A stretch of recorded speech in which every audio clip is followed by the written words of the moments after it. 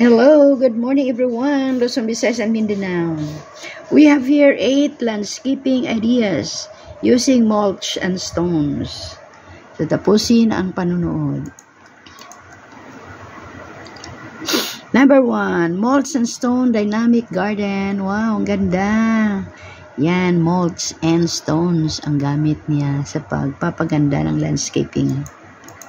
Number 2, you have mulch and stone boulder wall. Okay, ginagamitan niya ng stone boulder ang kanyang wall. Diba? Stone boulder, yung mga bilog-bilog na stone. Stone footpath with mulch. Yan, ang stone path with mulch. Yung parang mga malapad na mga bato-bato or mga simento na may halong pebbles. Yan, mulch. Number 4, pour drainage solutions. Okay, pour drainage solution. Ginamitan niya ng mulch and stone. Ang parang kanal-kanal ba? Drainage. Diba? Ang ganda ng mga bato-bato na gamit niya. Maganda rin ang kulay, white. Diba? Attractive tingnan. Water feature garden, aquascape. Gilandscape niya ang parang pool ba?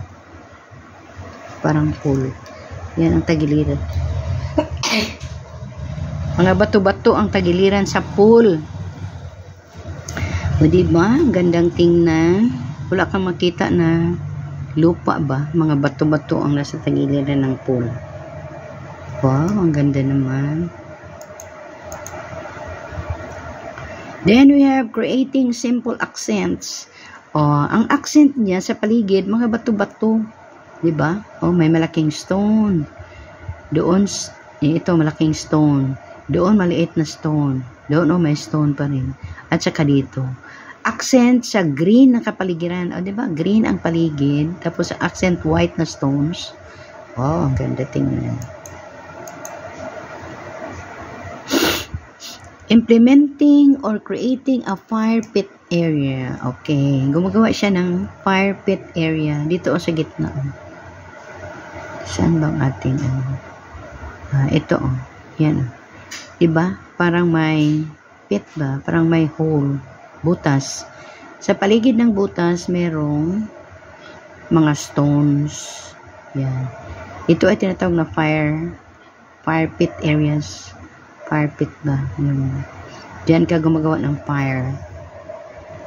fireplace sa labas ng bahay. Ang ganda naman ang paligid. Then we have using all the elements together. Naan na, ginamitan niya ng lahat, no? Ganda ng mga tanim. Merong tanim na brownish ang kulay ng dahon. May green. Tapos may mga maliliit na tanim. Sa landscaping niya, may mulch dito. May stones na mahaba. Patayo. Meron ding mga malapa dito na stones. Ang ganda naman. Maganda talaga ang stones, no? Pang landscape. Pang accent sa garden.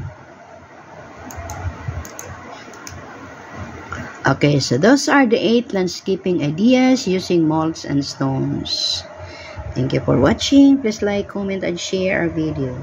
Follow for more. God bless.